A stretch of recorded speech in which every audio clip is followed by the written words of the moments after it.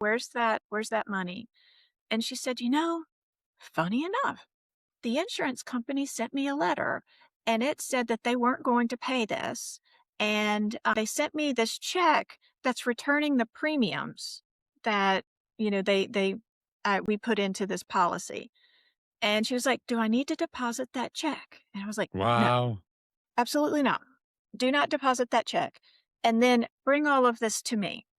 And I'm looking at it and I'm sitting there with my husband, he is the best attorney. But we were sitting there looking at this and I was flabbergasted. And it's a true feeling, true world, because I had no idea that that could happen. I'm a lawyer who works in estate planning and I had no idea that this Wow, could that's happen, right? So I'm looking at it going, oh my gosh, not only can this happen, but oh my gosh, I have like all of this life insurance, at home. Could this really happen again? It was how could I be unaware? And then two, what am I going to do? And so wow.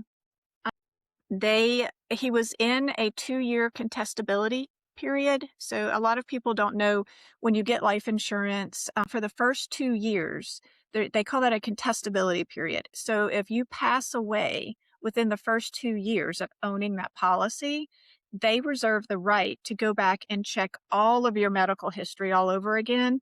And what they're really looking for is a basis to say, hey, wait, had we known this, we would not have issued that policy. Right. Right. Okay. So we Yeah. were in that Yeah. 2-year contestability period. And so we pushed back and my husband, sent a very strongly worded letter and they sent a very strongly worded letter back to him. But it was interesting because they told in that letter all of the reasons why they were right and he was wrong and that they can't believe that he challenged them. And oh, by the way, here's your check for this policy, the entire policy. And it was that moment where he looked at me and he said, we're never going to let this happen again. Because if I it can love that happen, because that is yeah. the And it's pretty much become our primary practice at this point. And it's so heartbreaking because so many people don't know. There's so many people who are just like me that had no yeah. idea that this can happen. And then you don't know what to do. So now you're grieving, you're stressed, and the funds that were there that were created to provide financial security or to allow for you to bury your family member, all of a sudden that's being taken away.